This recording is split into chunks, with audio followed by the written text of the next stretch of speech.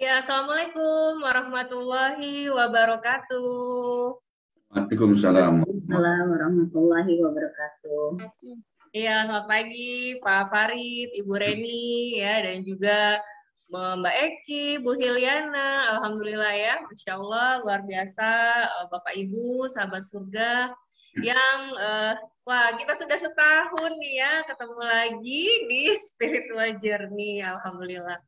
Ya, alhamdulillah alamin. Assalatu wassalamu ala asrofil anbiya wal mursalin sayyidina Muhammadin wa ala alihi wa sahbihi ajmain amma ba'du. Asyhadu an la ilaha illallah wa asyhadu anna Muhammadar Rasulullah la nabiyya ba'da. Qala rabbi shrah li sadri wa yassir li amri wa hlul 'uqdatam min lisani yafqahu qawli. Selamat pagi Pak Farid yang terhormat, barakallahu fikum. Selamat milad nih ya Pak Farid, baru milad. Kemarin di grup rame Pak ya, banyak yang ngucapin lewat saya. Jadi Terima saya kasih. sampaikan forwardnya teman-teman, terima kasih. Dan tentunya kita doakan bersama Bapak Ibu, sahabat-sahabat semuanya, mudah-mudahan Pak Farid senantiasa diberikan nikmat sehat, nikmat iman, nikmat Islam, Amin. kemudian diluaskan manfaatnya, ya, keluarga sakinah mawadah warahmah, anak-anak solehah, dan kita semua ya, insya Allah dikumpulkan di surganya bersama Rasulullah. Amin, amin ya rabbal alamin. Amin. Amin ya rabbal alamin. Dan tentunya Bapak Ibu semuanya, ini mohon izin Pak Farid, saya kebetulan dari kafe ini ya, karena insya Allah nanti hari ini ya ada acara MR Formil Banten, kami ada aksi peduli sunatan massal di Bintaro. Jadi alhamdulillah kami support ya untuk lunchbox. Jadi mohon izin, nanti saya ngilang-ngilang nih Pak sambil packing-packing, tapi tetap mendengarkan di loudspeaker, jadi anak-anak juga mendengarkan. Dan Bapak Ibu juga mohon izin kalau ada suara penggorengan segala macam nih ya. Mudah-mudahan kita bisa berjalan dengan lancar ya, insya Allah. Baik, dan alhamdulillah di sini sudah hadir di Zoom meeting ini ya, sudah hadir 39 orang. Tadi Coach Nana, Mbak Eki, ya tadi siapa lagi ya, luar biasa yang hadir lebih pagi, sempat saya intip. Terima kasih juga sudah ada Bu Lina, Bu Suparmiatun, Mbak Mila ya yang sudah on juga kameranya, Bu Hiliana ya yang selalu semangat, Bunda Nini tentu saja, alhamdulillah. Dan di sini di kolom chat juga sudah ramai nih ya, ada Coach Nana, ada Ibu Zuria, ada Ibu Winarni, ya kemudian apa lagi nih ya, Mbak Mila, Ibu Mila, Bu Leli, ya kemudian Pak Deden, Ibu Ika Fenti, Pak Arif, ya Bu Ida, Pak Pira, alhamdulillah, Ibu Ai, ya amin, ya rabbal alamin, Ibu Dwi, kemudian Ibu Tati, Bu Eni, ya Bu Bandia, Bu Raida, Pak Ahmad Susanto, Pak Amin, alhamdulillah. Terima kasih Bapak Ibu ya yang tetap setia. Kita sudah melewati 1 tahun yang luar biasa, yang penuh berkah, yang tentu saja memberikan goresan kisah tersendiri yang Allah hadirkan buat kita, dan tentunya insya Allah selalu yang terbaik buat kita. Dan mudah-mudahan di awal tahun ini ya, dengan kita terus istiqomah, minimal kita rajin ya mengikuti setiap satu pagi ini juga terus memupuk kita untuk senantiasa memperbaiki diri menjadi pribadi yang lebih baik ya, karena tentu saja pembelajaran itu tidak batasan usia ya. Terus saja ya, ada saja ternyata ilmu itu luas sekali, apalagi ilmu Allah ternyata juga luas sekali. Dan di sini alhamdulillahnya suatu rezeki yang luar biasa kalau kita masih dibukakan hatinya, dilapangkan waktunya untuk bisa mengikuti kajian, karena banyak sekali yang di luar sana ya, seperti mungkin teman-teman saya ya yang mungkin lebih banyak di fokus di pekerjaan ya, itu saya juga ngerasain ya, kalau sebagai employee ya nggak mudah sekali gitu. Tapi alhamdulillah ternyata kita sekarang dikumpulkan dalam persahabatan ya, persahabatan yang insya Allah semuanya soleh-soleha, amin ya rabbal alamin. Bu Andi Lovia ya, Bu Bandia, terima kasih sudah on juga, Bu Minarni, alhamdulillah. Mudah-mudahan Bapak Ibu semuanya di sini yang sudah hadir juga di tahun ini ya semakin sehat fisiknya. Kalau di kami di achievement ya, di tempat saya biasa bekerja sebagai host dan coach gitu ya, sehat fisiknya, sehat jiwanya ya, sehat ibadahnya kita juga ya, makin ditingkatkan, sehat rekeningnya ya, semuanya sehat. Mudah-mudahan tahun 2002 ini kita semakin berkah berlimpah, amin ya rabbal alamin. Baiklah, kalau begitu, dan hari ini kita akan masuk ke episode ya, seri ke-72 terkait dengan judulnya yaitu Mereka Adalah Kita ya. Tadi sudah ada yang komen juga di Pak Farid di Facebook saya ya. Katanya, wah judulnya juga selalu bikin penasaran. Nah, kita akan dengarkan ya, akan seperti apa, dan Pak Farid mungkin mohon izin kita waktunya agak lebih di flatkan gitu ya, lebih selesai lebih cepat, lebih baik. Mohon maaf, mohon izin Bapak Ibu semua, tapi mudah-mudahan tetap maksimal ya. Itu saja. Maka sebelum memulai seperti biasa kita akan buka terlebih dahulu di sini dengan doa yang akan diawali oleh Pak Farid. Maka kepada Pak Farid dipersilakan. Baik, terima kasih Mbak Anggi, Bapak Ibu, Assalamualaikum warahmatullahi wabarakatuh. Waalaikumsalam warahmatullahi wabarakatuh. Alhamdulillah, bismillah, alhamdulillah, assalatu wassalamu ala rasulillah, Sayyidina Muhammadin wa ala alihi wa sahbihi wa mawalah, la hawla wa la quwata illa billah. Asyhadu an la ilaha illallah wahdahu la syarikalah wa asyhadu anna Muhammadan abduhu wa rasuluhu la nabiyya ba'dah. Allahumma sholli ala Muhammad wa ala ali Muhammad. Baik Bapak Ibu, hadirin teman-teman, rekan-rekan kakak adik rahimakumullah. Marilah kita panjatkan puji dan syukur kehadirat Allah Subhanahu wa taala, di mana kalau penanggalan yang kita pakai sehari-hari, penanggalan Masehi dikatakan demikian, kita sudah masuk ke tahun yang baru. Kita baru saja meninggalkan tahun yang lama 2021, dan semoga di tahun baru ini tentu kita akan mendapatkan banyak hal-hal yang baru yang tentunya sangat positif untuk kehidupan kita, dan yang paling penting adalah bagaimana kita semakin dekat dengan Allah, semakin mendekat juga kepada jalannya Allah, dan tentunya kita akan berpikir meminta untuk mendapatkan rahmat dan ridho Allah Subhanahu wa taala. Selamat serta salam senantiasa kita sanjungkan kepada junjungan kita Rasulullah Muhammad SAW yang telah memberikan jalan terang benderang kepada kita, jalan yang menuju ke ridho Allah, rahmat Allah, dan jalan yang tentunya terbaik bagi kita semua.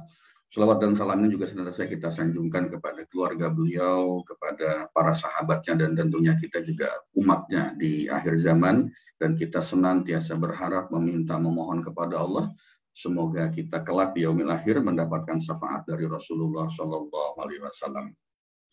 Bapak Ibu, teman-teman hadirin kakak adik rahimakumullah, mari kita mulai acara kita ini dengan berdoa pembacaan Al-Fatihah. Semoga Allah memberikan ridhonya untuk kita, sehingga apa yang kita lakukan ini memberikan manfaat yang terbaik bagi kita. Al-Fatihah. A'udzubillahi minasyaitonirrajim. Bismillahirrahmanirrahim. Alhamdulillahirabbil alamin. Arrahmanirrahim. Maliki yaumiddin. Iyyaka na'budu wa iyyaka nasta'in. Ihdinas siratal mustaqim, siratal ladzina an'amta 'alaihim ghairil maghdubi 'alaihim waladdallin. Amin. Ya Allah, ya Rabbana, kepada semua orang yang hadir dalam kajian ini beserta keluarga besarnya, limpahkanlah nikmat sehat kepada mereka ya Allah. Luaskanlah rezeki mereka ya Allah. Sempurnakanlah kebaikan mereka ya Allah. Berkahi usia mereka ya Allah, dan mudahkan segala urusannya. Bahagiakan dan muliakanlah hidup mereka. Ya Allah, berikanlah manfaat atas apa yang Engkau ajarkan kepada kami. Ajari kami hal-hal yang membuat kami semakin mendekat kepadamu. Berikan kami kemudahan dalam belajar, ya Allah. Berikan kami kemudahan dalam menerima ilmu dan kebaikan-Mu, ya Allah. Sehingga kami semakin dekat dengan rahmat dan ridho-Mu.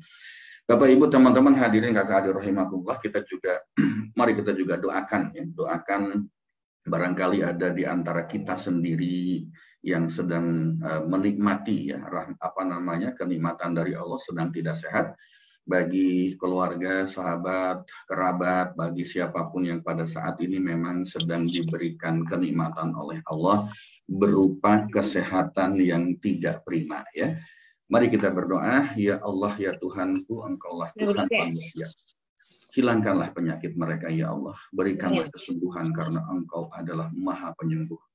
Tiada yang dapat menyembuhkan penyakit kecuali Engkau dengan kesembuhan yang tidak meninggalkan penyakit lain.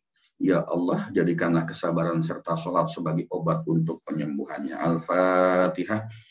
A'udzubillahi minasyaitonirrajim. Bismillahirrahmanirrahim. Alhamdulillahirabbil alamin. Arrahmanirrahim. Maliki yaumiddin. Iyyaka na'budu wa iyyaka nasta'in. Ihdinas siratal mustaqim. Siratal ladzina an'amta 'alaihim ghairil maghdubi 'alaihim waladdallin. Amin. Amin ya Allah ya rabbal alamin. Baik Bapak Ibu teman-teman hadirin. Seperti biasa kita juga akan awali acara ini dengan beberapa pertanyaan dan testimoni.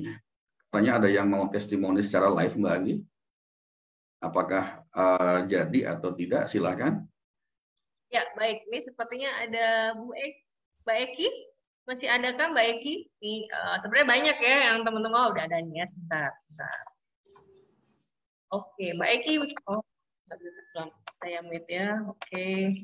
Ya, silakan boleh di-unmute Mbak Eki. Jadi Mbak Eki ini, Bapak Ibu, teman-teman adalah salah satu yang sudah pernah mengikuti sesi free coaching bersama Pak Farid dan alhamdulillah saya mendapatkan selalu SMS tuh ya, kalau nggak salah 3 hari, sekali 3 hari, wah keajaiban luar biasa ya perkembangannya. Nah Mbak Eki boleh silakan di-sharing nih buat teman-teman di sini apa sih yang dirasakan setelah kemarin mendapatkan free coaching dan juga apa yang dirasakan ya ini oleh Mbak Eki lah. Silakan Mbak Eki.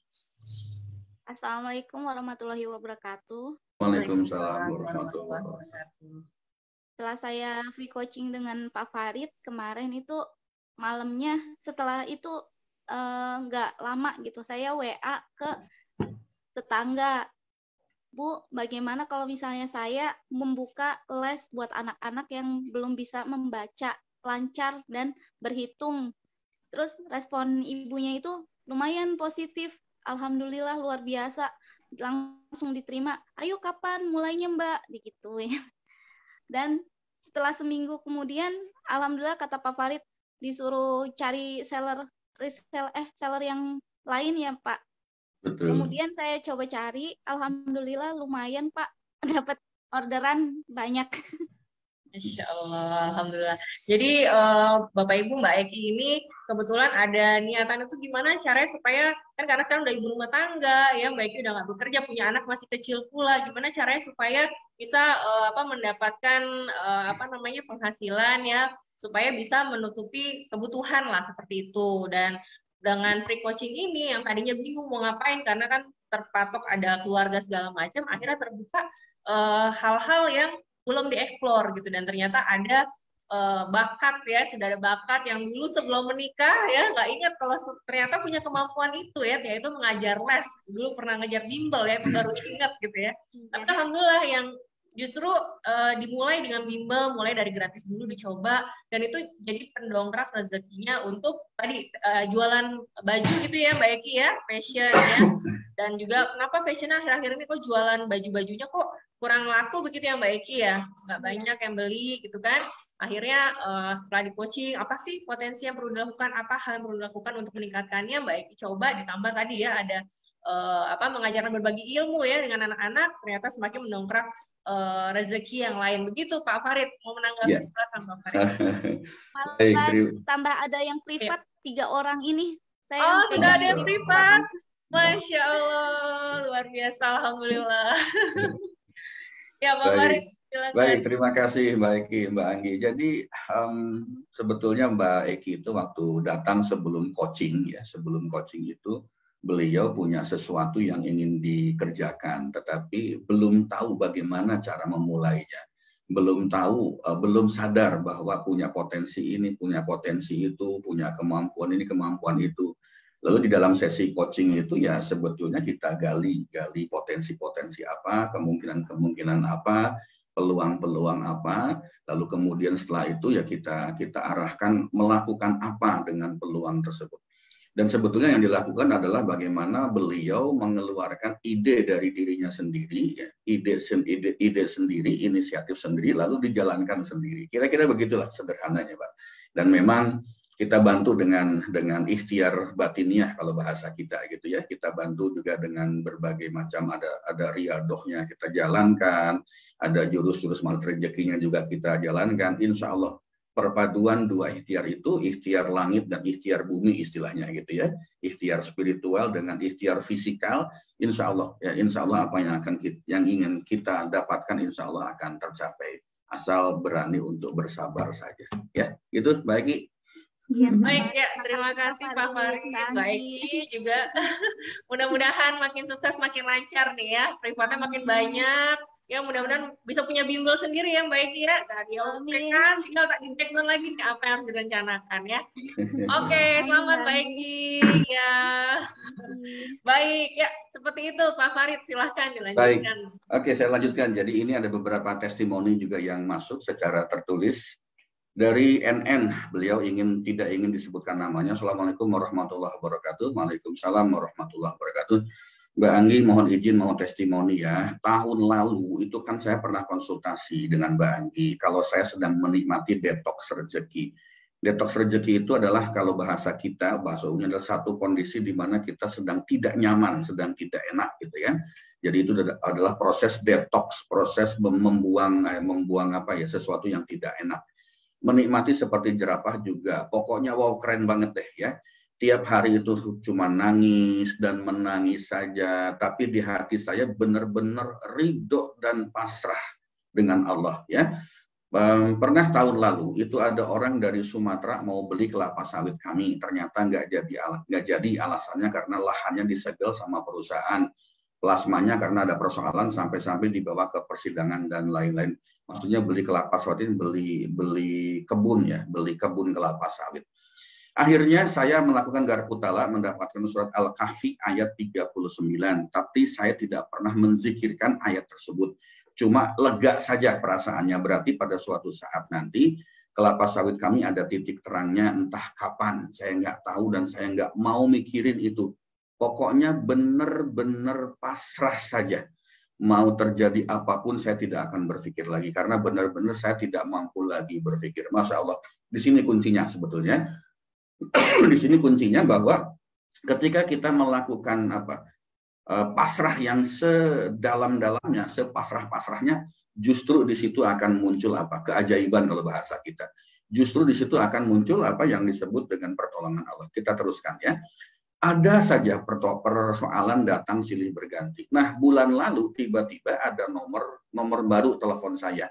Tapi saya nggak pernah angkat. Hampir 3 hari berturut-turut nomor itu telepon terus. Tapi lama-lama saya penasaran, saya angkatlah telepon tersebut. Ternyata itu adalah telepon dari seorang bapak bertanya, apakah ini Mbak Ika yang punya sawit 4 hektar di Sulawesi? Ya. Saya jawab, iya benar. Katanya sejak bulan Juli sampai September sudah mulai panen buah sawitnya dan saya mau transfer uang hasil panennya. Masya Allah, beliau minta nomor rekening terus ditransfer sejumlah 2,8 juta. Terus bapak tersebut bilang kalau tiap 3 bulan akan ada pembagian hasil panennya. Kemarin baru awal panen jadi jumlahnya tidak banyak, tapi bagi saya ini adalah keajaiban banget. Kenapa keajaiban? Karena sejak tahun 2009, Masya Allah, 2009 sampai sekarang berapa tahun ya? 13 tahun. Sejak 2009 awal kami punya kebun sawit sampai tahun 2021 tidak pernah ada kabar lagi hasilnya. Ya, justru malah tahun 2019 disegel.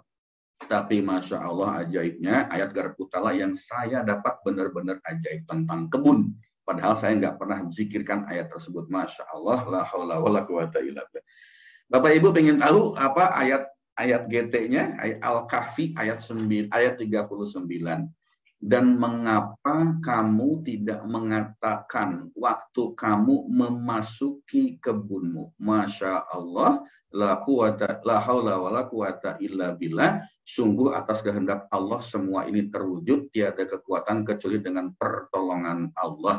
Sekiranya kamu anggap aku lebih sedikit darimu dalam hal harta dan keturunan. Masya Allah. Masya Allah. Persoalan beliau itu tentang kebun kelapa sawit, ayat yang keluar juga mengatakan, dan mengapa kamu tidak mengatakan waktu kamu memasuki kebunmu. Masya Allah. Ya, luar biasa, luar biasa. Tidak mungkin ini satu kebetulan antara ayat hasil GT dengan kondisi yang sesungguhnya. Tidak mungkin, tidak mungkin.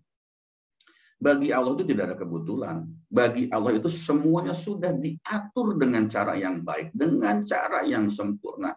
Hanya saja kitanya yang belum tahu ilmunya. Kitanya yang belum pernah tahu apa sesungguhnya yang sedang dibuat oleh Allah. Skenario Allah itu sedang membuat diri kita itu seperti apa, ya.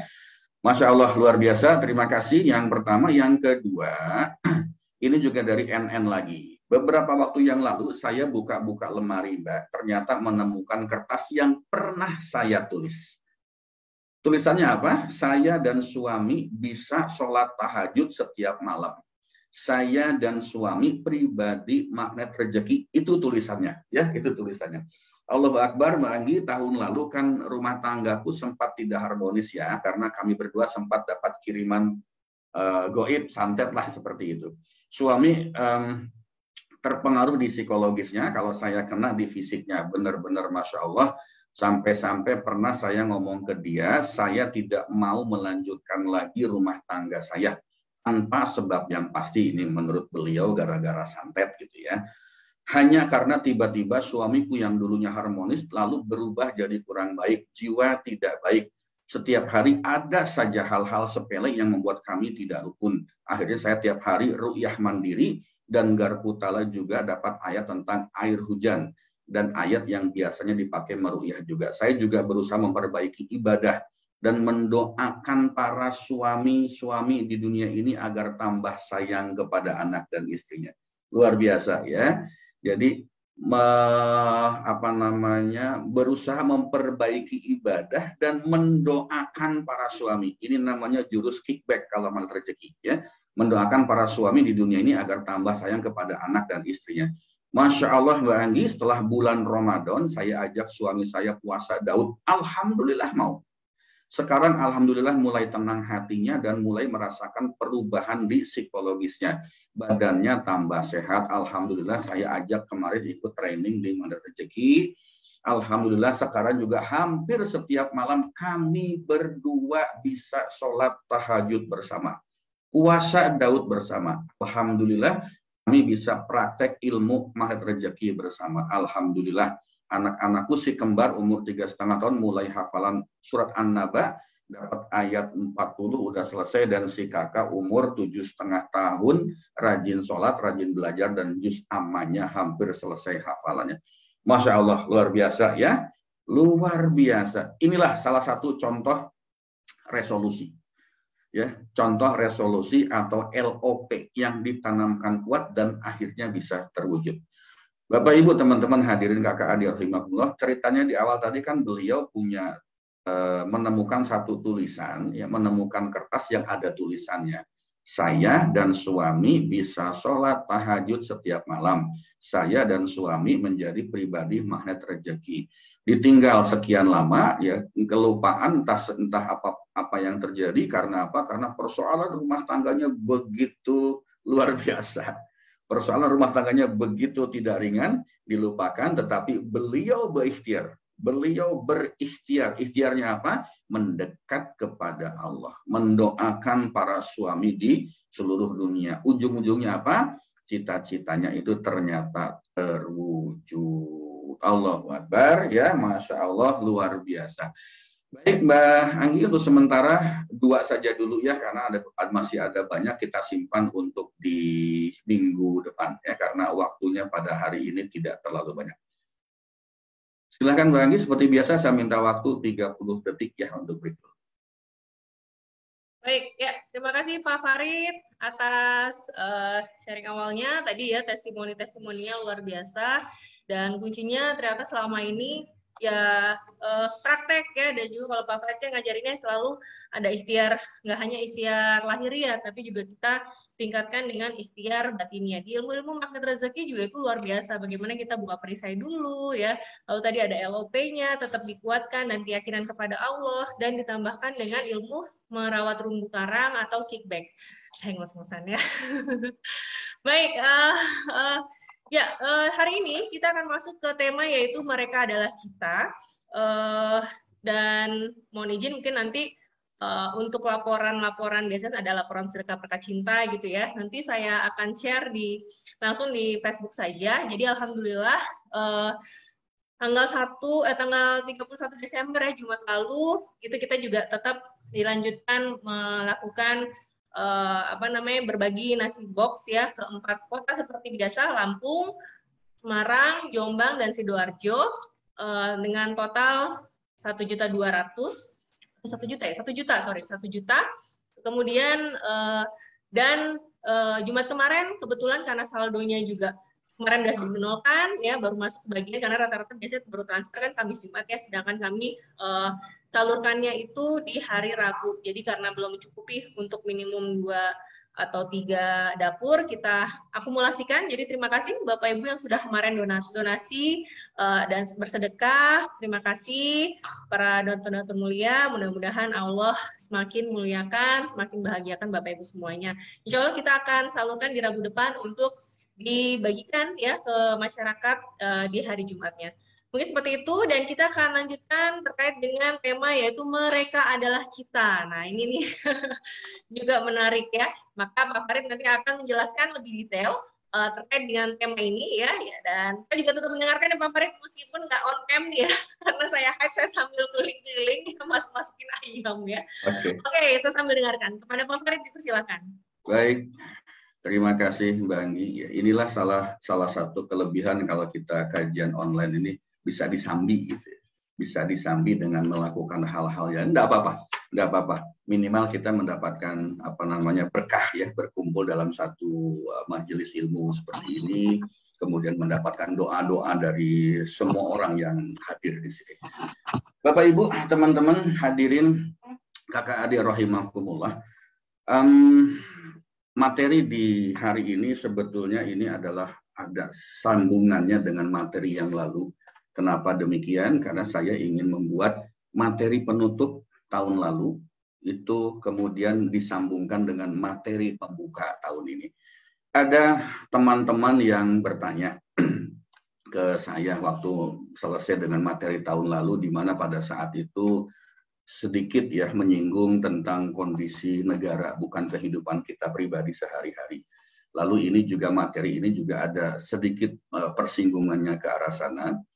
Jadi kenapa beliau bertanya, kenapa kok membawakan satu materi yang seperti itu? Nah, seperti yang saya sampaikan bahwa materi kajian Morning Talk ini, ya dari Morning Talk Spiritual Journey ini adalah materi kajian sehari-hari.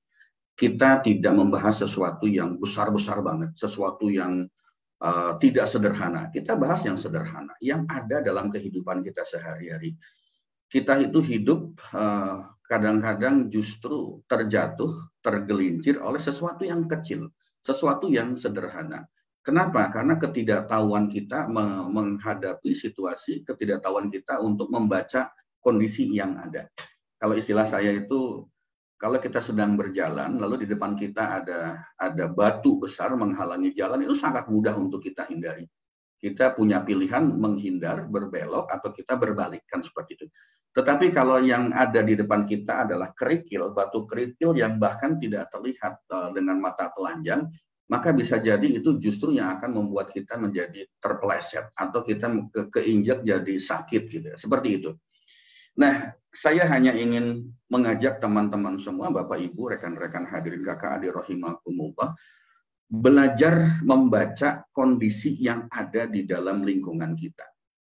Belajar untuk melakukan refleksi terhadap diri kita sendiri, bahwa sebetulnya apa yang terjadi di negara kita atau di lingkungan kita itu bukan karena mereka yang tidak baik, bukan karena mereka yang tidak benar.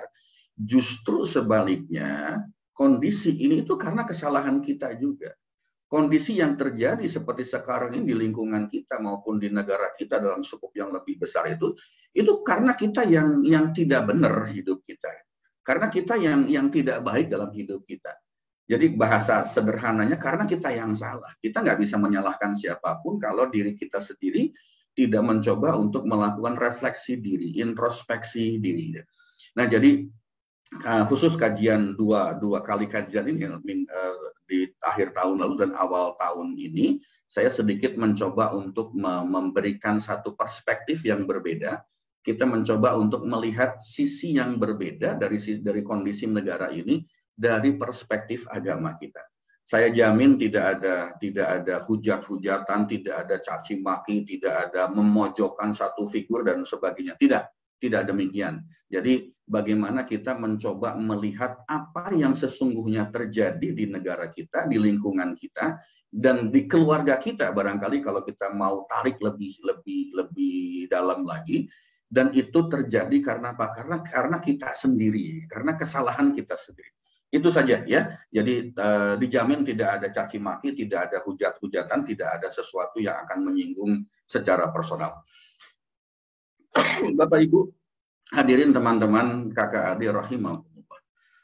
Kalau kita sekarang hidup di dalam negara kita, ya, di masyarakat kita, jujur kita mesti mengakui secara apa adanya, secara terus terang, apalagi kalau bapak dan ibu teman-teman ini penggiat media sosial gitu ya. Kadang-kadang medsos ini juga menjadi sesuatu yang bisa bikin alergi untuk kita juga, tetapi bisa juga untuk menambah satu pengetahuan bagi kita. Pada saat ini mau tidak mau, jujur saja, suka tidak suka, memang kondisi kita ini sedang tidak terlalu baik gitu kan. Pemerintah ini seperti tidak memiliki sensitivitas. Ada yang mengatakan seperti itu. Kenapa tidak memiliki sensitivitas? Tidak sensitif. Kok sepertinya mereka itu tidak mau memikirkan rakyatnya ya. Mereka itu hanya memperkaya dirinya sendiri gitu kan. Pemerintah itu sibuk ngurusin partai demi kekuasaannya saja. Barangkali ada yang bicara seperti itu. Barangkali kita pernah mendengar yang seperti itu. Ya, jadi ini adalah refleksi. Jadi saya akan menyampaikan sesuatu yang sering muncul di permukaan. Kita sadar tidak sadar itu ada. Itu sesuatu yang real, yang faktanya itu memang ada di dalam masyarakat kita. Hanya saja tidak banyak di antara kita yang mau mengakui itu, atau kemudian aware dengan itu, atau kemudian peduli dengan itu, tidak banyak gitu. Tetapi apapun yang terjadi, apakah kita aware atau tidak, kita peduli atau tidak dengan itu, toh yang kita rasakan kehidupan kita itu adalah kondisi yang sesungguhnya terjadi. Sehingga saya ingin mengajak Bapak Ibu, teman-teman hadirin kakak adik rahimakumullah, yuk kita refleksi, yuk kita melihat, yuk kita bercermin, yuk. Kenapa kok ini terjadi? Kenapa ini kita rasakan seperti ini? Kira-kira seperti itu ya. Lalu korupsi di mana-mana. Lalu harga-harga naik tinggi. Pemerintah itu nggak peduli. Coba sekarang kalau kita bicara harga minyak goreng. Kemarin harga telur itu berapa? Harga bawang itu berapa? Harga cabai itu berapa ya? Luar biasa. Masya Allah, luar biasa. Kalau emak-emak pasti tahu dengan persis. Pasti tahu dengan kondisi yang ada seperti itu. Harga telur itu kemarin katanya sempat menyentuh angka 50.000 di beberapa tempat. Harga minyak goreng itu saya dapat keluhan beberapa orang, karena alhamdulillah saya kerja di perusahaan kelapa sawit penghasil minyak goreng. Mereka banyak yang bertanya kepada saya, kenapa minyak goreng harganya tinggi gitu kan. Nah itu ada beberapa pertanyaan-pertanyaan yang sebetulnya mencerminkan bahwa sebetulnya kita itu sedang ada dalam kondisi yang seperti inilah, lebih kurang seperti itu. Lalu nanti akan banyak lagi harga-harga yang dinaikkan, pajak juga naik, Masya Allah, harga gas juga sudah naik. Ini kondisi yang ada. Ya, ini kondisi yang ada. Apalagi yang dirasakan oleh rakyat kita, di masyarakat kita, atau kita rasakan sendiri.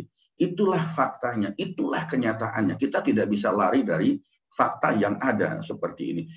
Lalu ketika kita merasakan kondisi yang seperti ini, apa yang diharapkan oleh masyarakat kita? Saya juga sebagai seorang anggota masyarakat, sebagai rakyat biasa, memiliki satu keinginan, ya Allah, berdoa, ya Allah, tolong kirimkan kepada kami, kepada negara kami, kepada masyarakat kami ini, pemimpin-pemimpin yang agamanya kuat, orangnya soleh, orangnya jujur, orangnya amanah, orangnya yang tidak korupsi, yang tidak serakah, yang tidak pernah main suap menyuap, yang peduli kepada sesama, seperti itu.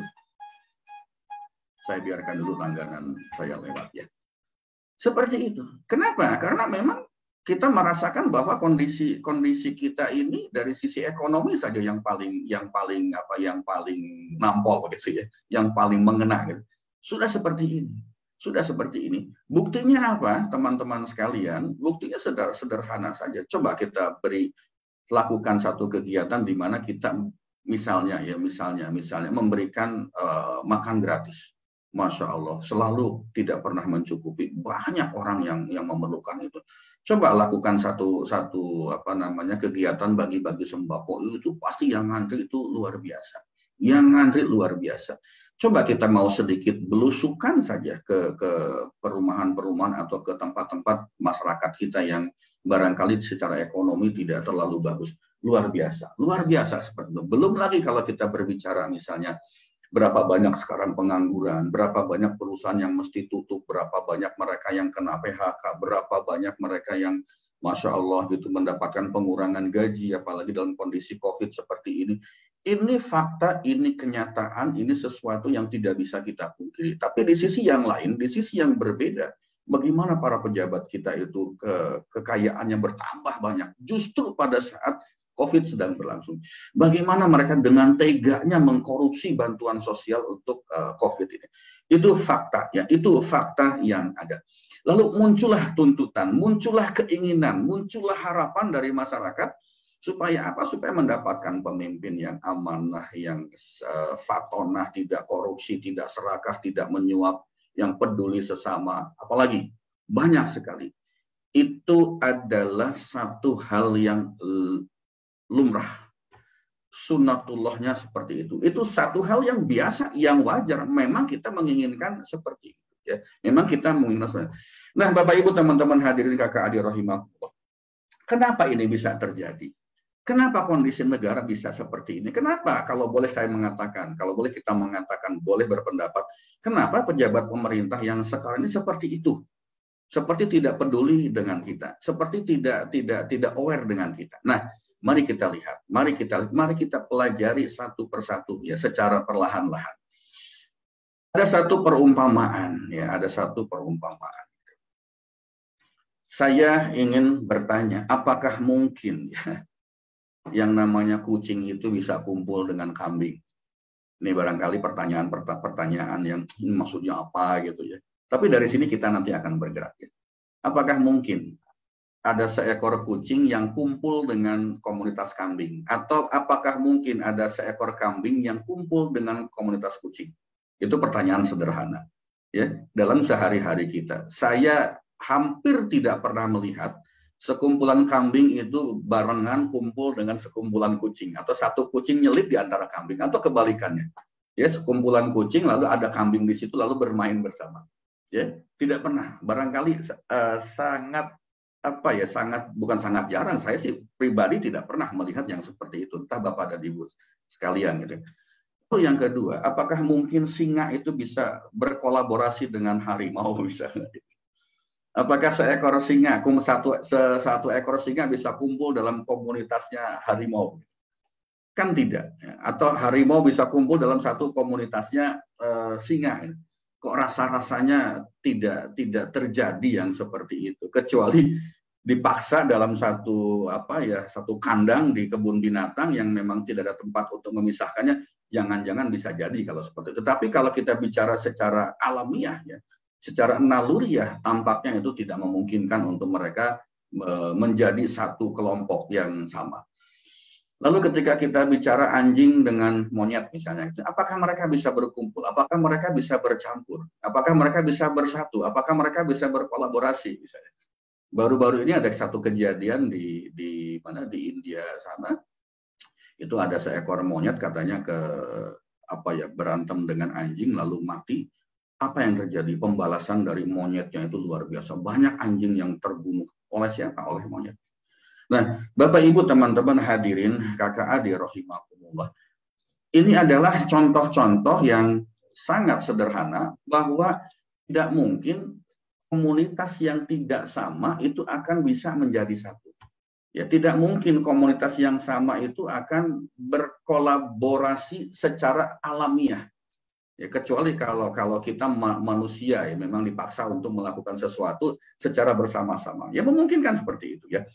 Perumpamaan yang lain, apakah mungkin seekor kucing itu bisa memimpin kumpulan kambing? Atau kebalikannya, di antara komunitas kucing, pemimpinnya seekor kambing misalnya. Kan rasanya tidak mungkin juga seperti itu. Apakah mungkin seekor sapi bisa memimpin komunitas kerbau? Atau kebalikannya, seekor kerbau bisa memimpin komunitas sapi misalnya. Ini adalah sesuatu yang sifatnya alamiah, tidak personifikasi ya, tidak menunjuk kepada siapapun. Ya, ini adalah kondisi yang nyata, ini sesuatu yang real terjadi di dalam kehidupan kita masing-masing. Nah, Bapak Ibu, teman-teman hadirin KKA rahimakumullah. Ada satu kecenderungan, ya. Kecenderungan orang itu akan berkumpul pada satu komunitas yang memiliki tujuan yang sama. Ya. Walaupun mungkin rasnya berbeda, agamanya berbeda, background pendidikannya berbeda, adat budayanya berbeda, macam-macamnya itu tidak sama. Tetapi ketika mereka itu memiliki tujuan yang sama, maka mereka akan berkumpul. Mereka akan menjadi satu. Misalnya ada mengerjakan satu proyek, kalau perusahaan katakan begitu. Atau kita berbicara di satu perusahaan. Di perusahaan itu kan macam-macam orangnya. Ada sarjana, ada S2, ada S3, barangkali ada SMA, ada yang tidak berpendidikan, ada yang cuma SD. Katakan demikian. Ada orang Batak, orang Sunda, orang Jawa, orang Manado, orang Papua, orang Lombok, macam-macam. Bisa jadi satu. Kenapa? Karena punya tujuan yang sama, yaitu apa? Bekerja di satu perusahaan. Itu contoh yang paling sederhana seperti itu. Lalu ketika kita misalnya berkumpul dalam lingkup RT yang sama, RW yang sama, ya pasti kita akan bisa berkolaborasi di situ, berkumpul di situ, mengerjakan sesuatu yang sama. Kenapa? Karena tujuannya sama, tujuan dalam satu RT. Ya, demikian seperti itu ya.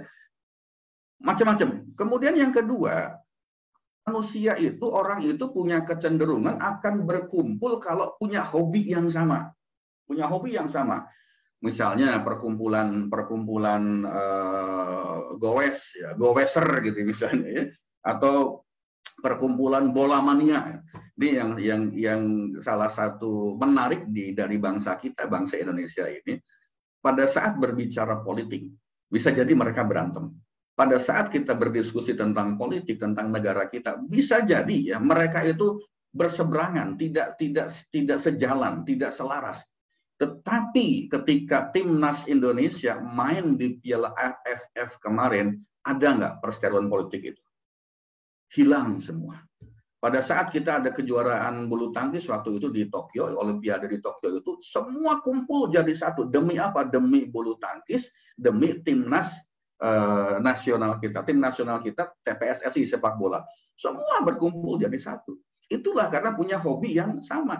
Selesai Piala Thomas, selesai Olimpiade, selesai Piala AFF yang kemarin, yang Thailand menang gitu kan, bubar lagi, kembali lagi ke posisi masing-masing, berhadapan lagi secara politis. Itulah ciri khas yang ada di negara kita, masyarakat kita.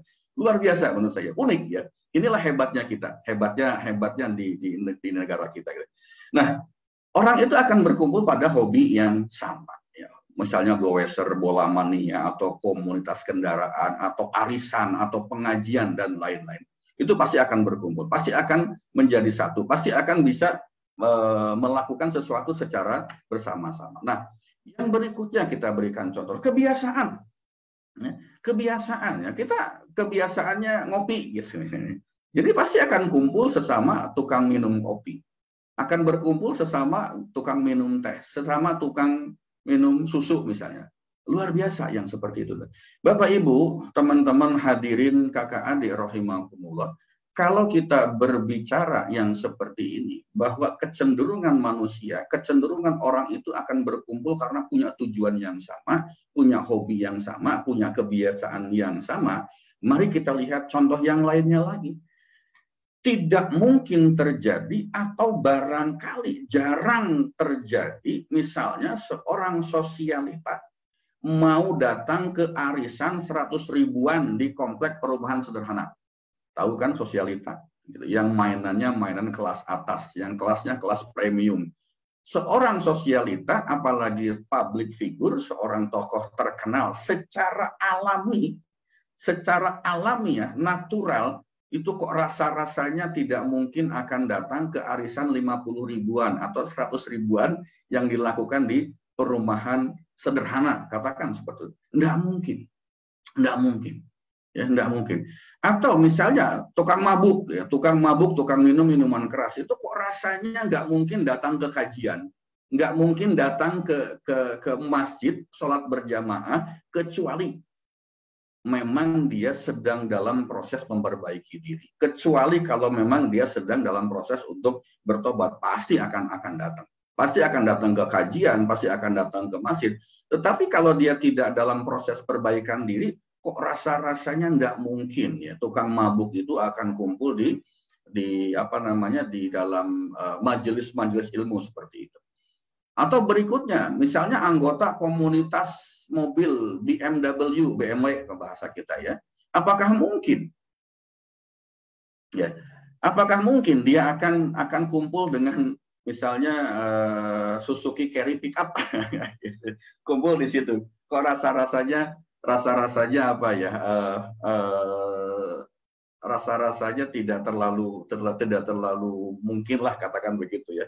Nah, lalu misalnya yang lain lagi, wanita yang solehah, bajunya syar'i, tertutup rapat, ya ketawa ketiwi gitu kan. Apakah mungkin mereka yang seperti ini bakal cengengesan, ketawa ketiwi, cekakak cekiki bersama komunitas manusia yang berbikini di tempat terbuka? Rasanya itu mustahil terjadi. Ya, Bapak Ibu, teman-teman hadirin kakak adik rahimahullah, mengapa itu bisa terjadi? Mengapa kondisi-kondisi yang real itu kok terjadi demikian ya?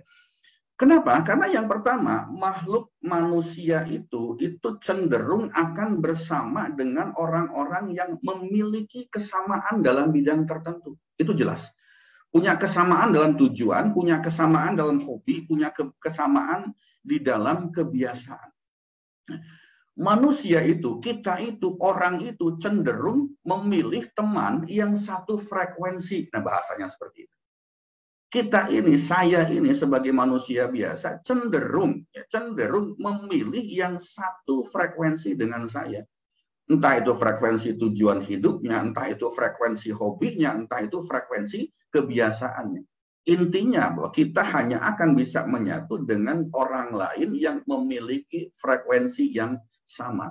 Ketika frekuensinya tidak sama, maka tidak besar peluangnya untuk kita menjadi satu dengan mereka. Kenapa demikian, Bapak Ibu hadirin teman-teman kakak adik rahimahumullah? Karena sama frekuensinya, maka kita bisa nyambung. Kalau kita bicara dengan orang yang satu frekuensi, maka pembicaraan, diskusi pasti nyambung. Pasti gayeng kalau orang Jawa bilang. Itu pasti mendapatkan banyak pelajaran, banyak hasil dari situ. Tetapi kalau tidak satu frekuensi, kita barangkali tidak akan banyak yang kita peroleh di situ. Karena satu frekuensi, maka bisa nyaman. Perasaan kita bisa nyaman. Gitu. Kalau saya seorang pemabuk, seorang yang sering melakukan dosa, berbuat maksiat, datang ke kajian, kan rasanya nggak nyaman. Minimal ada rasa malu, minimal ada rasa nggak pantas. Saya ini orang yang nggak bagus kok, saya ini orang yang nggak baik kok, kenapa saya mesti berkumpul dengan para kiai, para ustadz, para orang-orang yang solehah seperti itu. Minimal ada perasaan tidak nyaman, minimal ada perasaan malu, minimal ada perasaan tidak klik ya, seperti itu. Kenapa? Karena tidak satu frekuensi. Tetapi coba kita rasakan sekarang di kajian kita ini, di acara kita ini, ada 100 orang di Zoom, ada sekitar 39 orang di Facebook. Kenapa masih ada di sini? Kenapa sama-sama datang ke sini? Karena kita punya satu frekuensi. Ingin belajar bersama, ingin menambah ilmu, ingin menambah pengetahuan, ingin memperbaiki diri kita supaya hidup kita itu menjadi lebih baik, lebih sempurna di masa yang akan datang. Frekuensinya sama. Kita nyaman ada di sini. Kita merasa bahagia barangkali berada di sini. Nah, itulah kecenderungan manusia. Contoh yang paling sederhana, misalnya begini deh. Sederhana begini. Kalau kita makan makanan menu Sunda gitu ya. Tahu menu Sunda itu kan biasanya apa ya, makanan Sunda itu misalnya ikan asin, sambal terasi medok, pakai lalapan gitu kan, terus ikannya itu ikan asin atau ikan goreng gitu kan, nasinya panas-panas dihidangkan, lalapannya bermacam-macam daun ya, selain daun pintu dan daun jendela misalnya seperti itu kan, lengkap semua menu ala Sunda kita makan. Lalu tiba-tiba muncul pizza. Lalu tiba-tiba misalnya muncul spaghetti jadi menu kita. Kira-kira cocok nggak? Gitu? Enak sih enak, tetapi kan tidak cocok. Makanan Sunda ditambah dengan pizza, ditambah dengan spaghetti. Kok rasa-rasanya itu nggak cocok? Itu bukan menu yang sesuai dengan makanan Sunda. Itulah contoh tidak satu frekuensi. Tidak satu frekuensi. Enak sih enak, tetapi tidak nikmat barangkali begitu. Enaknya pakai sambal terasi gitu, sambalnya sambal mentah pula. Yang baru dibikin gitu kan. Ininya pakai ikan asin, pakai lalapnya, jengkol juga ada di situ, lalap daun-daunan. Kok tiba-tiba mesti dicampur dengan pizza? Pizza enak gak? Enak. Spaghetti enak gak? Enak. Tetapi tidak pas di situ, tidak nyaman, tidak enak untuk kita konsumsi secara berbarengan. Itu ilustrasi yang sangat sederhana seperti itu ya. Contoh lagi kita misalnya banyaklah kita kalau kita berbicara tentang apa namanya, tentang bagaimana kita hidup satu frekuensi dengan orang lain, satu frekuensi dengan bidang lain, lebih kurang seperti itu contohnya. Nah, Bapak Ibu, teman-teman hadirin kakak adik rahimakumullah, demikian juga sebetulnya ya, dengan apa? Dengan bagaimana cara kita memilih pemimpin. Siapa yang memilih pemimpin itu? Apakah pemimpin itu diturunkan dari atas? Kita kan bukan negara yang monarki, bukan negara kerajaan. Yang pemimpinnya itu adalah turun-temurun dari raja yang sebelumnya. Dulu barangkali iya, dulu zaman Majapahit, zaman Singosari, zaman Sriwijaya, ya, zaman kerajaan sebelum kita merdeka, pemimpin itu memang dilahirkan, diturunkan. Tetapi kalau orang mengatakan sekarang ini adalah zaman demokrasi, era demokrasi, pemimpin itu dipilih oleh siapa? Ya oleh rakyat. Dipilih oleh kita. Ya, dipilih oleh kita. Kita yang memilih pemimpin, bukan pemimpin yang diturunkan dari atas. Nah, Bapak Ibu, teman-teman hadirin kakak adik rahimakumullah. Lalu kenapa? Kalau sekarang kita punya pemimpin, ya, tidak menunjuk pada satu orang, tetapi para pemimpin kita di berbagai level. Bukan hanya presiden, tetapi kita bicara presiden, menteri, gubernur, para pejabat eselon-eselon yang tinggi sana, gitu kan.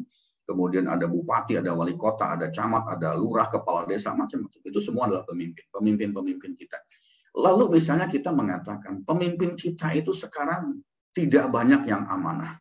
Pemimpin kita itu sekarang tidak banyak yang jujur. Pemimpin kita itu tidak banyak yang memperhatikan rakyatnya. Misalnya kita bisa mengatakan demikian. Ya. Lalu siapa yang memilih? Ya, siapa yang memilih? Kan kita juga yang milih. Karena mereka itu tidak diturunkan, tidak dilahirkan, tidak diberikan oleh siapapun juga. Kita yang memilih. Lalu kenapa kok yang terpilih seperti itu? Nah, ini pertanyaan sederhananya. Kenapa terpilih pemimpin-pemimpin yang barangkali tidak amanah, yang barangkali sering senang korupsi, barangkali pemimpin yang tidak memperhatikan rakyatnya? Mari kita lihat, ada satu ayat di dalam Al-Quran mengatakan wa kadzalika nuwalli ba'dadz zalimina ba'dhum bima kanu yaksibun. Ya. Dan demikianlah kami jadikan sebahagian orang-orang yang zalim itu menjadi teman bagi sebahagian yang lain disebabkan apa yang mereka usahakan. Al-An'am ayat 129.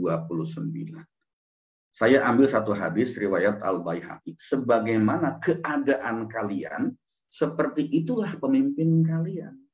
Bapak, Ibu, teman-teman hadirin kakak adik rahimahullah. Tadi saya di depan mengatakan bahwa mari kita melihat kondisi negara kita secara lebih objektif. Ya, secara lebih objektif. Kenapa ada mereka-mereka yang duduk di sana, di singgasana sana, yang harusnya mengurus kita dengan sangat baik, tetapi kenyataannya seperti ini. Apakah mereka yang patut kita salahkan? Enggak juga. Enggak juga. Gitu. Kenapa kita tidak bisa menyalahkan mereka 100%? Karena siapa yang memilih mereka? Kan kita yang memilih mereka. Gitu kan.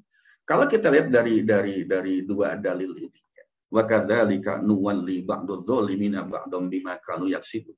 Dan demikianlah kami jadikan sebahagian orang-orang yang zolim itu menjadi teman bagi sebagian yang lain disebabkan apa yang mereka usahakan.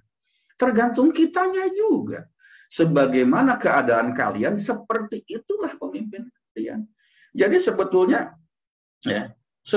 itu yang tidak benar itu ya kita gitu. Sebetulnya yang tidak lurus itu ya kita barangkali.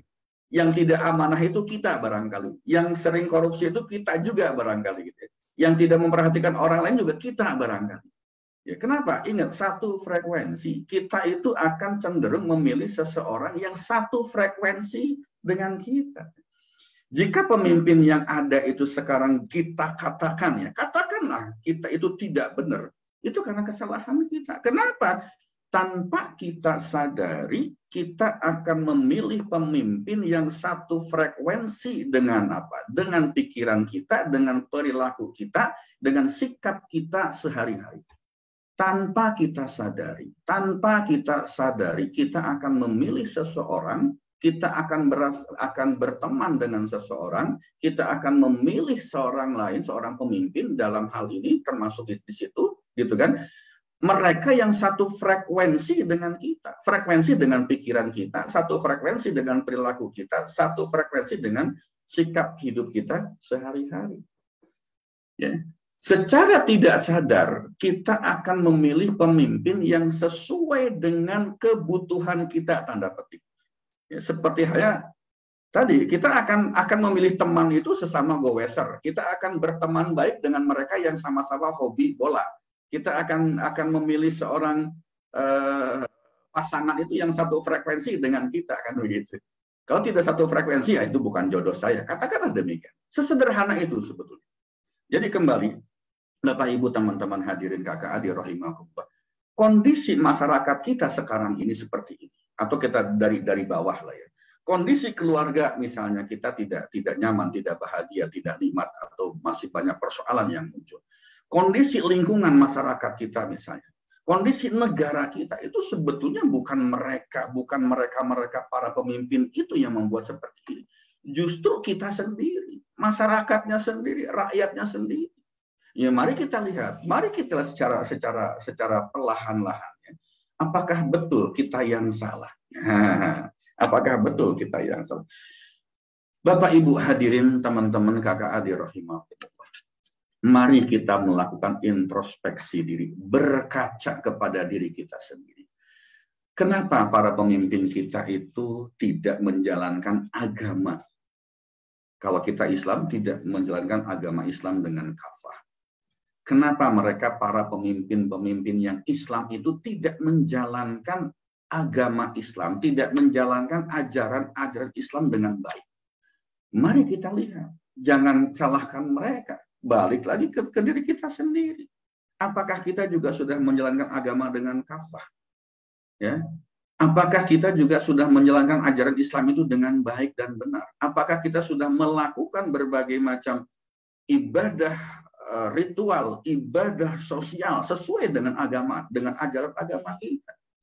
Kalau mereka itu tidak menunjukkan perilaku sebagai seorang muslim yang baik, siapa yang milih mereka? Ya kita juga. Siapa yang memilih mereka? Ya rakyatnya juga. Mari kita tengok, mari kita lihat apakah rakyatnya, kitanya, sayanya, gitu ya. Sebagai rakyatnya, itu sudah menjalankan ajaran Islam dengan baik dan benar atau belum? Ingat loh ya, kita memilih seseorang berdasarkan frekuensi yang sama dengan diri kita, dengan pikiran kita, dengan sikap kita, dengan perilaku kita, dengan kegiatan kita sehari-hari. Seperti itu kondisinya. Jadi jangan berharap ada seorang pemimpin yang menjalankan agamanya dengan baik, walaupun satu agama dengan kita. Kalau kita sendiri sebagai rakyatnya yang memilih mereka juga belum menjalankan agama dengan baik. Ingat dalil yang tadi, yang satu ayat Al-Quran, satu hadis dari Rasulullah. Bahwa pemimpin itu tergantung kita yang memilihnya. Bapak Ibu teman-teman hadirin kakak adik rahimahullah. Yang kedua, bukankah di dalam diri kita itu masih ada mental gratisan. Masih ada sikap hedonisme di dalam kehidupan kita. Jangan salahkan mereka ketika mereka menjabat, menduduki jabatan di atas sana, lalu kerjaan mereka adalah mengumpulkan harta sebanyak-banyaknya, ngumpulin duit sebanyak-banyaknya untuk apa? Supaya balik modal. Balik modal untuk apa? Untuk biaya kampanye mereka. Kenapa bisa begitu? Karena barangkali kitanya sendiri juga yang masih seperti itu. Ya, kitanya sendiri juga yang masih seperti itu. Bapak Ibu, teman-teman hadirin kakak adik rahimakumullah, dari mental gratisan itu apa yang akan terjadi? Pernah mendengar serangan fajar ketika hari ini dilakukan pilkada misalnya, ketika hari ini dilakukan pilpres, ketika hari ini kita melakukan pemilihan kepala desa barangkali gitu. Ya, melakukan pemilihan legislatif misalnya, pagi-pagi subuh-subuh sudah ada orang yang nyebarin amplop. Ya, nyebarin amplop. Berapa sih isi amplopnya? Paling 100.000. Bapak Ibu teman-teman hadirin kakak adik rahimahullah, saya kira kalau di tempat, kalau yang hadir di sini sudah paham. 100.000 kita dibayar oleh seseorang untuk milih seseorang, lalu karena 100.000 itulah maka kita akan nyoblos orang tersebut. Serangan fajar gitu ya. Akan nyoblos orang tersebut. Tahu tidak bahwa hidup kita dipertaruhkan dengan uang hanya 100.000. Bapak Ibu pernah menghitung ketika kita diberikan uang 100.000, 5 tahun kemudian, 5 tahun berikutnya hidup kita itu ada di dalam kungkungan orang yang kita pilih tersebut. Ingin tahu berapa harganya? Harga diri kita itu hanya 100.000 dalam 5 tahun. Harga diri kita itu kalau kita hitung per hari hanya Rp54 per hari. Sesederhana itu. Bapak, Ibu, teman-teman hadirin kakak adik rahimahumullah, 100.000 zaman sekarang bagi golongan-golongan tertentu barangkali itu uang tidak bisa memberikan hasil yang banyak, barang yang banyak untuk beli sesuatu. Ya, apalagi kalau kita hitung Rp54, bukan 50.000, Rp54 per hari bisa apa? Emang masih ada koin Rp50 per hari? Enggak ada sekarang. Masih ada koin 500, ada. Paling rendah kan 500. 100 ada. 100, 200 ada. Ya. Tetapi sangat tidak mudah menemukan koin tersebut. Nah, itulah yang terjadi. Kenapa? Karena kita gampang untuk disuap. Gampang untuk diberikan uang yang hanya sebesar itu. Untuk apa? Menentukan nasib diri sendiri. Gak usah ngomong bangsa deh. Gak usah ngomong menentukan bangsa. Menentukan nasib diri kita sendiri. Kita sendiri gampang dibayar. Kita sendiri gampang disuap. Dengan hanya yang barangkali itu uang yang tidak seberapa. Kalau Rp50 per hari kan seperti itu. Nah, bagaimana kita akan bisa mendapatkan pemimpin yang tidak pernah menyuap? Dari awalnya udah menyuap kita. Kenapa? Karena memang kita juga suka disuap.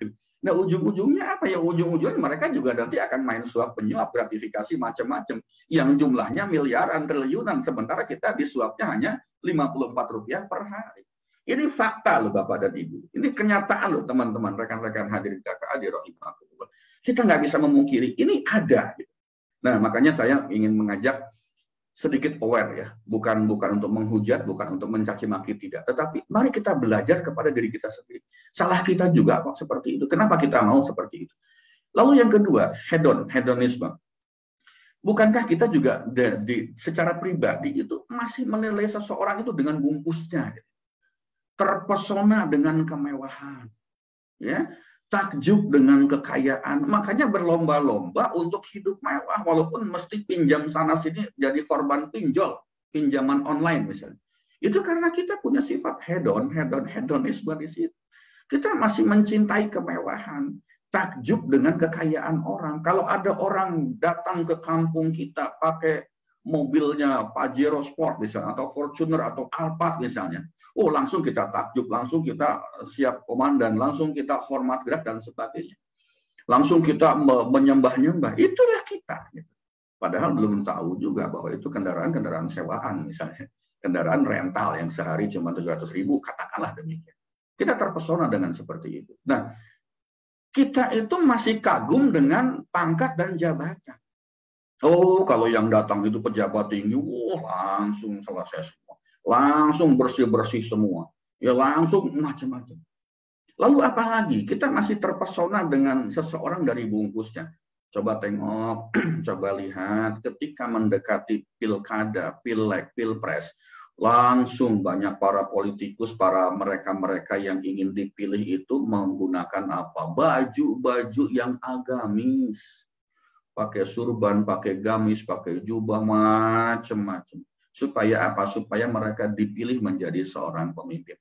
Kita terpesona, kita kagum. Oh, ternyata dia memang orangnya agamis. Oh, ternyata dia orangnya benar-benar menjalankan agama. Kapan? Pada saat difoto, di pamflet, di baliho. Selesai dari pemilu, selesai dari pemilihan, dia terpilih akan keluar sifat aslinya seperti apa. Itulah kita, terpesona. Sudah terpesona, hari-hanya disiram dengan serangan fajar 100.000 per orang, tambah milih. Siapa yang salah kalau kita masih seperti itu? Ya kita juga. Kita juga yang seperti itu. Kalau kita lihat sekarang juga banyak sekarang orang-orang yang para pejabat di sana yang mencoba menampilkan untuk seolah-olah merakyat macam-macam. Kalau kita bahas itu akan terlalu banyak, nanti disangkanya kita gibah gitu. Tidak demikian gitu ya. Nah, Bapak Ibu, teman-teman hadirin, kakak adik rahimakumullah. Kesalahan kita yang lain apa? Kejujuran. Kita jujur nggak sih sebetulnya? Hidup kita itu jujur nggak sih dalam kehidupan kita sehari-hari? Bagaimana kita bisa mendapatkan seorang pemimpin yang jujur kalau kita sendiri nggak jujur? Korupsi merajalela, korupsi pejabat merajalela. Sementara kita tidak kebagian apa-apa karena dananya, uangnya diambil oleh mereka. Lalu kita apa? Ya kita juga jangan-jangan tukang korupsi juga gitu. Sederhana, ini sederhana sering terjadi ya tanpa kita sadari. Nyicipin makanan, nyicipin buah. Kalau mau beli buah, beli makanan tanpa izin dari penjualnya. Langsung ngambil, buka, makan. Oh, nggak enak, tinggalin. Tanpa izin seperti itu. Kecuali kalau memang disediakan, nih sampelnya untuk dicicipi, itu silakan. Banyak nggak seperti itu? Beberapa sih ada. Beli buah, misalnya beli jeruk atau beli salak, tiba-tiba datang ke situ, kemudian kupas langsung makan. Nggak enak bang, saya mau cari yang lain lagi tanpa izin. Si pedagang melongo. Kan seperti itu. Ada nggak? Masih ada. Itu sederhana, tanda apakah kita jujur atau tidak. Sederhana lagi. Ketika ada pesta, bungkus makanan tanpa izin. Ayo. Sebetulnya itu, boleh nggak sih Pak? Ya kalau menurut saya pribadi, sepanjang belum ada izin dari yang punya hajat, ya nggak boleh, menurut saya. Kan suka begitu, ada pesta ya bawa plastik atau mungkin kue-kue yang kering, buka tas kita, ambil, masukin sini. Izin nggak? Kan nggak izin. Tapi kan itu kan boleh Pak, itu bisa dimakan untuk semua. Memang bisa dimakan untuk semua di tempat itu. Makan di tempat, tidak untuk dibawa pulang. Jangan-jangan gara-gara begitu juga kita itu menjadi tidak jujur. Sering kejadian belanja pakai kwitansi kosong. Ayo, siapa yang sering melakukan seperti itu? Belanja pakai kwitansi kosong. Bahkan ada seorang dokter yang nawarin. Dulu saya pernah kejadian. Pak, mau ditulis berapa nih kwitansinya? Masya Allah. Enggak. Sesuai dengan itu saja. Pernah juga saya dulu beli obat di apotik gitu ya.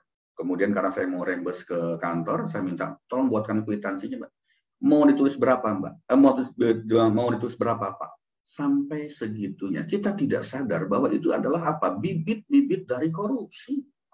Mengajarkan kita untuk korupsi. Ayo, ngacung. Siapa yang sering belanja dengan kwitansi kosong supaya nanti bisa reimburse ke kantor? Harganya 50, kita reimburse jadi 200 misalnya seperti itu. Itu terjadi, ada. Itu ada. Jualan di pasar, timbangannya direkayasa supaya lebih berat. Ada nggak? Ada. Begitu. Ini saya sering dengar ocehan, dengar pengaduan dari istri saya gitu kan. Beli ayam.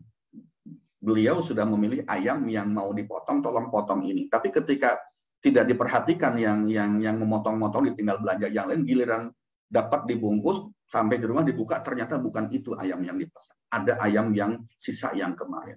Jual beli ikan juga seperti itu. Ada nggak? Ada. Ya, beliau sering ngadu dengan saya, ini gimana sih pedagang di pasar itu? Ya saya beli ikan segar yang hidup, ikan mas, tapi sampai rumah itu bukan ikan yang tadi saya pilih. Beli lele yang segar yang masih hidup, ketika sampai rumah ternyata bukan lele itu yang didapatkan. Beli daging, saya pilih daging yang masih segar, tapi dicampur dengan daging yang sudah di es kemarin gitu. Dimasukin di situ supaya timbangannya menjadi lebih berat. Artinya apa? Itu kan ketidakjujuran juga. Bagaimana kita bisa mendapatkan pemimpin yang jujur kalau kita saja dalam kehidupan sehari-hari tidak jujur yang seperti itu? Bapak, Ibu, teman-teman, hadirin, kakak, adik, rahimakumullah. Salah siapa kalau negara kita seperti ini? Ya salah kita. Salah kita, karena memang kehidupan kita yang seperti ini terjadi di mana-mana. Ingat, satu frekuensi, kita akan memilih seseorang, apakah itu pasangan, apakah itu teman, apakah itu pekerja, apakah itu karyawan, apakah itu pemimpin yang satu frekuensi dengan kita. Frekuensi apa? Frekuensi berpikir, frekuensi bersikap, frekuensi berbicara, frekuensi kehidupan kita sehari-hari.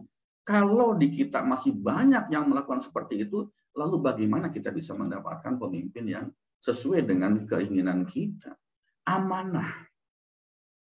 Kita punya keinginan pemimpin yang amanah, tetapi apakah kita sudah amanah? Wong kita ngutang aja nggak mau bayar. Wong kita pinjam uang aja sama orang kita nggak mau bayar. Pada saat kita meminjam uang, rayuannya luar biasa. Mantapnya, manisnya. Ketika pada saat diminta untuk membayar, kan kita ngemplang, berusaha berlari, berusaha menjauh. Kalau perlu nomor HP teman kita blok. Ya, kalau perlu macam-macam alasan kita sampaikan, kita nggak bisa. Itu kan ngemplang. Itu kan tidak amanah. Bagaimana kita bisa punya pemimpin yang amanah kalau sikap hidup kita juga seperti itu? Kita hidup itu besar pasak daripada tiang. Oh, ini peribahasa zaman dulu. Ya. Besar pasak daripada tiang. Hidup mewah dengan kondisi yang tidak mencukupi. Penghasilan cuma 100.000, tetapi hidup kita, gaya hidup kita 1 juta. Ini kan bibit korupsi. Bibit korupsi. Apa ada yang seperti itu? Ada. Banyak nggak? Saya nggak berani mengatakan banyak atau tidak banyak. Tetapi cerminan yang terjadi. Mengapa para banyak pemimpin kita, banyak para pejabat yang korupsi? Karena kita juga orangnya korupsi. Bibitnya ya seperti itu. Macam-macam. Ya. Masuk kerja bayar nggak? Bikin SIM nembak nggak? Ngurus dokumen pakai uang pelicin nggak? Nyuap macam-macam. Di berbagai instansi, di berbagai tempat, kita pun juga ngeladenin itu juga. Ya sudah, itulah yang akan terjadi dengan para pemimpin-pemimpin kita. Bapak, Ibu, teman-teman hadirin, kakak adik rahimakumullah. Ya. Satu lagi, kepedulian kepada sesama. Kita sering protes bagaimana pemerintah kita, para pejabat ini tidak peduli pada sesama. Tidak peduli pada rakyatnya. Mereka sendiri yang memperkaya diri sendiri. Ayo kita cek. Sudahkah kita peduli dengan sesama? Pada saat kita berbisnis, kompetisi bisnis kita dilakukan dengan sehat atau tidak? Jangan-jangan kita berbisnis saling menjatuhkan dengan berbagai macam cara. Kita buka warung makan, kita buka warung sembako di lingkungan rumah kita, tetangga kita ada warung sembako, tetangga kita ada rumah makan, lalu dengan berbagai macam cara kita ingin menjatuhkan mereka. Betul tidak melakukan seperti itu? Kalau memang iya, ya jangan salahkan siapapun kalau pemimpin kita tidak aware dengan orang lain. Persaingan tidak sehat di kantor misalnya. Persaingan tidak sehat di kantor, itu juga salah satu cermin. Kita nggak punya kepedulian pada sesama. Bukannya mendukung orang lain supaya maju, tetapi yang kita lakukan adalah bagaimana caranya supaya saya maju. Kalau perlu injek bawah, sikut kiri kanan, tonjok atas. Kalau perlu seperti itu. Ya, injek bawah, sikut kiri kanan, jilat atas. Kalau perlu seperti itu. Kan berarti kita nggak punya kepedulian kepada orang lain, kepada sesama. Itulah fakta, itulah kondisi. Ada lagi yang sederhana. Ini emak-emak naik motor. Sen kiri beloknya kanan. Sen kanan beloknya ke kiri. Itu peduli nggak dengan sesama? Kan nggak peduli. Ya, ketika tabrak, galakan si emak-emak itu yang ditabrak. Begitu kan? Ketika kita parkir, sudah ada garis parkir. Kan kalau diparkir di tempat umum itu ada garis parkir gitu ya. Ini satu mobil, sebelahnya mobil lain. Sering nggak melihat ada orang parkir di atas garis pembatas itu. Sehingga apa? Jatah orang kemakan sama dia. Peduli nggak dengan sesama? Itulah contoh sederhana dalam kehidupan kita.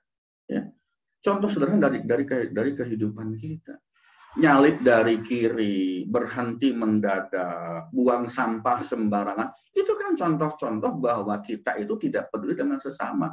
Enak aja di dalam kendaraan, misalnya kendaraan pribadi, saya beberapa kali melihat bahkan itu kendaraan yang mewah sekalipun, buka jendela, buang sampah di tengah jalan. Itulah kita. Peduli nggak dengan sesama? Kan tidak. Nyalip dari kiri, gitu ya. Peduli nggak? Enggak. Berhenti mendadak. Kemikir nggak bahwa di belakang kita terkejut lalu nabrak kita? Kan nggak mikir. Sen kiri beloknya kanan, sen kanan beloknya kiri. Mikirin orang lain kan? Kan enggak. Lalu bagaimana kita bisa mendapatkan pemimpin yang peduli dengan sesama? Kalau kita sendiri juga seperti itu. Bapak, Ibu, teman-teman, hadirin, kakak adik, rahimakumullah. Sebetulnya ini kelihatannya sesuatu yang sepele. Bapak lebay ya. Itu kan sepele, Pak. Lebay banget ya. Masa iya sih sampai segitunya? Masa iya sampai berpengaruh seperti itu gitu kan. Ayo kita belajar tentang bagaimana cara pikiran itu bekerja, cara kerja pikiran. Apa yang kita lakukan setiap hari, lalu intensitasnya atau frekuensinya berulang-ulang kita lakukan, maka lama-kelamaan itu akan mengendap menjadi satu kebiasaan. Kebiasaan itu akan menjadi satu karakter. Karakter itulah nanti akan menentukan nasib kita. Itu ada teorinya. Teori tentang bagaimana cara kerja pikiran. Ya, lebay Pak. Mari kita bahas pada pertemuan yang lain tentang bagaimana cara kerja pikiran. Kalau ada kesempatan, kita belajar yang seperti itu. Tujuannya apa? Tujuannya bahwa ayo sama-sama kita memperbaiki diri kita. Untuk apa? Untuk memperbaiki orang lain, memperbaiki kondisi negara kita. Lalu bagaimana Pak supaya negara kita ini menjadi baik? Innallaha la yughayyiru ma biqaumin hatta yughayyiru ma bi anfusihim. Sesungguhnya Allah tidak merubah keadaan satu kaum sehingga mereka merubah keadaan yang ada pada diri mereka sendiri. Negara kita tidak akan berubah kalau diri sendiri kita tidak berubah. Negara kita tidak akan aman kalau kita sendiri tidak melakukan sesuatu yang membuat kita aman. Kembali kepada kita. Innallaha la yughayyiru ma biqaumin hatta yughayyiru ma bi anfusihim. Sesungguhnya Allah tidak merubah keadaan suatu kaum sehingga mereka merubah keadaan yang ada pada diri mereka sendiri. Ya, sampai di sini, Bapak Ibu, teman-teman, hadirin, kakak adik, rahimakumullah. Semoga materi ini enteng-enteng aja. Semoga materi ini bisa dicerna dengan baik. Dan materi ini tidak dalam rangka untuk menghujat, tidak dalam rangka untuk mencaci maki, tetapi saya ingin mengajak melakukan refleksi ke dalam diri kita sendiri. Sesungguhnya apa yang terjadi di lingkungan kita, di rumah tangga kita, di negara kita, di keluarga kita, itu berasal dari diri kita sendiri. Kita tidak bisa menyalahkan orang lain, kita yang salah. Ya, barangkali itu sementara, silakan Mbak.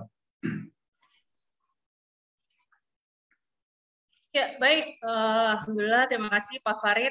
Luar biasa. Ini kalau saya Pak Farid, kalau udah ngomongnya begini, saya juga lumayan ketar-ketir, Pak. Tapi bismillah ya. Ya, tadi ada Bu Bandia ya. Jadi berubahnya harus bareng-bareng ya. Ya, bismillah. Ini pelan-pelan dari kita, mulai dari kita, lalu kita spread ke lingkungan kita, makin lebar lagi ke lingkungan pekerjaan, tetangga, komunitas, segala macam. Supaya apa? Supaya energinya tadi ya satu sama terhubungi kita sudah yang baik, sehingga mudah-mudahan Indonesia juga nanti energinya kita mendapatkan pemimpin yang terbaik, insya Allah. Dan tentu saja hasil Pak Farid dengan penjabaran yang sederhana tapi lumayan menyentil ya. Ternyata jangan-jangan masih ada ketidakjujuran yang kita lakukan dari perilaku sehari-hari yang kita tidak sadari. Dari sini kita karena sudah tahu, maka bismillah kita coba hindarkan gitu kan. Jadi nyesek Mbak Anggi, Bu Bandia ya. Iya, kita coba mulai lagi ya ditata supaya tidak melakukannya, dan ingatkan juga ya keluarga kita yang terdekat dulu deh, kita ingetin, karena ini hal-hal sepele yang biasanya banyak orang lakukan dan kita juga biasanya ya udahlah nafsi-nafsi gitu ya, dia aku, tapi ternyata ini juga berdampak akan secara negara gitu. Nah, bismillah kita mulai dari sini makin paham, kita makin bisa sama-sama memperbaiki diri. Insya Allah. Terima kasih Pak Farid untuk kajiannya yang luar biasa, nampol seperti biasa. Dan ya, kita sebelum akhiri, ini karena mohon izin Bapak Ibu teman-teman, karena terburu-buru ya, bukan terburu-buru ya, karena saya juga harus segera antar catering gitu kan. Jadi kita langsung tutup dulu dengan doa, baru nanti foto bersama di terakhir ya. Jadi kalau laporan SPY saya akan share di grup WA maupun di Facebook. Pada Pak Farid dipersilakan untuk memberikan doa penutup, Pak. Silakan. Baik, terima kasih Mbak. Mari kita sama-sama berdoa, Bapak Ibu, teman-teman hadirin kakak adik rahimakumullah. Kita bersyukur kepada Allah sudah melewati proses kajian kita dengan sangat lancar, dengan dimudahkan oleh Allah, dan semoga menjadi satu berkah dan tentunya mendapatkan ridho dari Allah Subhanahu wa taala. Mari kita berdoa. A'udzubillahi minasyaitonirrajim. Innallaha wa malaikatahu yusholluna 'alan nabi ya ayyuhalladzina amanu shollu 'alaihi wa sallimu taslima. Kita awali dengan istighfar 5 kali, sholawat 5 kali. Astaghfirullahaladzim alladzi la ilaha illa huwal hayyul qayyum wa atubu ilaih. Astaghfirullahaladzim alladzi la ilaha illa huwal hayyul qayyum wa atubu ilaih. Astaghfirullahaladzim alladzi la ilaha illa huwal hayyul qayyum wa atubu ilaih. Astaghfirullahaladzim alladzi la ilaha illa huwal hayyul qayyum wa atubu ilaih. Astaghfirullahaladzim alladzi la ilaha illa huwal hayyul qayyum wa atubu ilaih. Allahumma shalli ala Muhammad wa ala Muhammad. Allahumma shalli ala Muhammad wa ala ali Muhammad. Allahumma shalli ala Muhammad wa ala ali Muhammad. Allahumma shalli ala Muhammad wa ala ali Muhammad. Allahumma shalli ala Muhammad wa ala ali Muhammad. Ya Allah, semoga di hari yang semakin berkurangnya umur kami ini, kami beserta keluarga tetap dalam kebaikan serta dalam lindungan-Mu ya Allah. Semoga juga kita tetap istiqomah di jalan hidayah-Mu ya Allah. Ya Allah ya Rabbana, sesungguhnya segala puji hanya milik Engkau, Allah Subhanahu wa taala, yang kami senantiasa memuji-Mu. Kami memohon pertolongan dan pengampunan dari-Mu ya Allah. Kami mohon perlindungan dari kejelekan jiwa-jiwa kami dan keburukan amal-amal perbuatan kami. Ya Rob, barang siapa yang Engkau beri petunjuk, maka tidak ada siapapun yang dapat menyesatkannya. Dan barang siapa yang Engkau sesatkan, maka tidak ada siapapun yang dapat memberikan petunjuk. Tuntunlah kami ya Allah untuk senantiasa berada di jalan-Mu, berada dalam rahmat dan ridho. Ya Allah, kami bersaksi bahwasanya tiada ilah yang hak untuk disembah melainkan Engkau. Ya Allah, tiada sekutu bagimu, dan Muhammad SAW adalah utusan Engkau, Allah Subhanahu wa taala. Jadikanlah hati kami senantiasa teguh dalam setiap ujian-Mu, karena kami tahu bahwa semua itu adalah bukti Engkau sangat menyayangi kami. Engkau jadikan ujian hidup ini sebagai penghapus dosa-dosa kami, sekaligus sebagai jalan kami untuk mendapatkan masa depan yang lebih baik. Rabbana atina fid dunya hasanah wa fil akhirati hasanah wa qina adzabannar. Sallallahu alaihi sayyidina Muhammadin wa ala alihi wa sahbihi ajmain. Subhana rabbika rabbil izzati amma yasifun wa salamun alal mursalin walhamdulillahi rabbil alamin. Al-Fatihah. A'udzu billahi minasyaitonir rajim. Bismillahirrahmanirrahim. Alhamdulillahi rabbil alamin. Arrahmanir rahim. Maliki yaumiddin. Iyyaka na'budu wa iyyaka nasta'in. Ihdinas siratal mustaqim. Siratal ladzina an'amta 'alaihim ghairil maghdubi 'alaihim waladdallin. Baik, Bapak Ibu, teman-teman hadirin kakak adik rahimakumullah, terima kasih banyak atas perhatiannya di pagi hari ini, dan mohon maaf jika ada hal yang tidak berkenan. Sekali lagi terima kasih. Billahi taufiq wal hidayah. Wassalamualaikum warahmatullahi wabarakatuh. Waalaikumsalam warahmatullahi wabarakatuh. Terima kasih Pak Farid dan Bapak Ibu semua yang sudah mengikuti kajian spiritual journey setiap Sabtu pagi ini, hari ini ya. Kita lanjutkan di awal tahun 2002 yang baru, dan mudah-mudahan bisa terus kita istiqomahkan. Maka yuk Bapak Ibu silakan di-on-kan kamera videonya karena kita akan foto bersama. Silakan. Di-on-kan kamera videonya. Wah, Bu Dede mau kemana? Oke. Wah, Bu Dewi Kartika banyak orderan atau Bu? Bercanda. Kirain itu kartu keluar ya Bu ya. Iya. Oh sorry ya, ini tadi saya masih ini ya sebentar. Oke, maaf belum di unmute. Baik, Seperti biasa gayanya kita menjemput ridho Allah. Silakan tangannya dikataskan. 1, 2, 3. Oke. Kemudian satu sama terhubung. 1, 2, 3. Baik. Oke, terima kasih Bapak Ibu semuanya ya. Selamat berakhir pekan. Sehat selalu, bahagia selalu, mulia selalu, dan berkah selalu rezekinya. Amin ya rabbal alamin. Terima kasih sekali lagi Pak Farid. Kita tutup dengan mengucapkan hamdalah. Alhamdulillahirabbil alamin. Alhamdulillahirabbil Istighfar 3 alamin. kali. Astagfirullahaladzim. Astagfirullahaladzim. Astagfirullahaladzim. Dan doa kafaratul majelis. Subhanakallahumma Subhanakallahumma bihamdika asyhadu an la ilaha illa anta astaghfiruka wa atubu ilaik. Assalamualaikum warahmatullahi wabarakatuh. Waalaikumsalam warahmatullahi wabarakatuh. Terima kasih. Terima kasih.